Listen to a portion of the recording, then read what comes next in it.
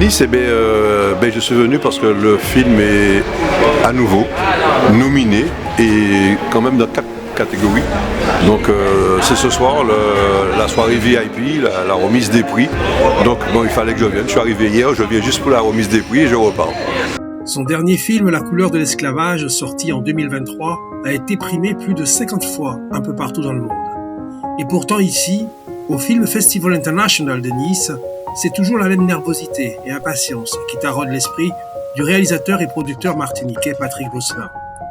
Ce film documentaire mi-fiction raconte l'arrivée des captifs africains pris de force, mis dans des bateaux négriers et transportés dans des îles. L'histoire commence. Mais qu'est-ce qu'ils font dans les îles? C'est pas seulement un coup de fouet, on a l'habitude d'entendre. Non, mais ils coupent la canne, oui, certes, on le sait, ça aussi. Mais comment ils mangent? De quoi ils se nourrissent? Et qu'est-ce qu'ils font? La journée, le dimanche, c'est le seul jour de repos. Qu'est-ce qu'ils font? Les femmes, comment elles sont traitées? Et puis il y a les domestiques de maison. Donc je voulais raconter tout ça. Donc on passe et c'est pour ça que ça s'appelle la couleur de l'esclavage.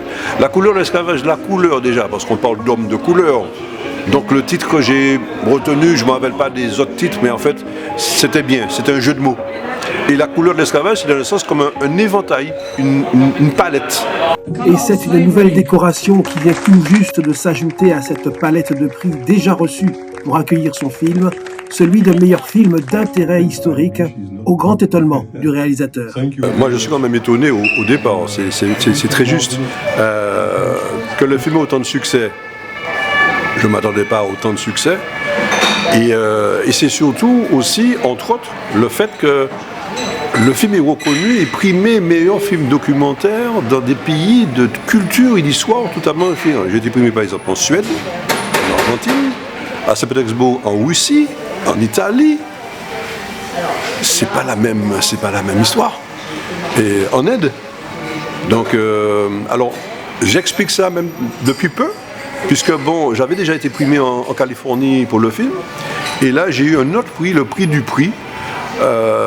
Après, le jury, je ne sais pas combien ils font après, et après on m'a donné aussi le prix du film humanitaire.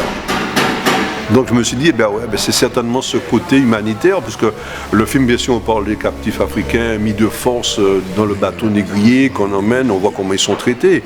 Historiquement, c'est pas un délire de réalisateur, c'est tout simplement, j'ai voulu raconter comme il se doit l'histoire de ces êtres humains qui sont traités comme du bétail, peut-être même plus mal que le bétail. Et je pense que c'est ce côté-là qui marque fort. Le 22 mai 1848, l'esclavage est officiellement aboli en Martinique, par décret du gouvernement français, mettant fin à une période sombre de notre histoire. À l'approche de cette date, la rédaction de Pat Media vous propose une édition spéciale autour du réalisateur de Couleur de l'esclavage, de Patrick Bosselin. À bientôt.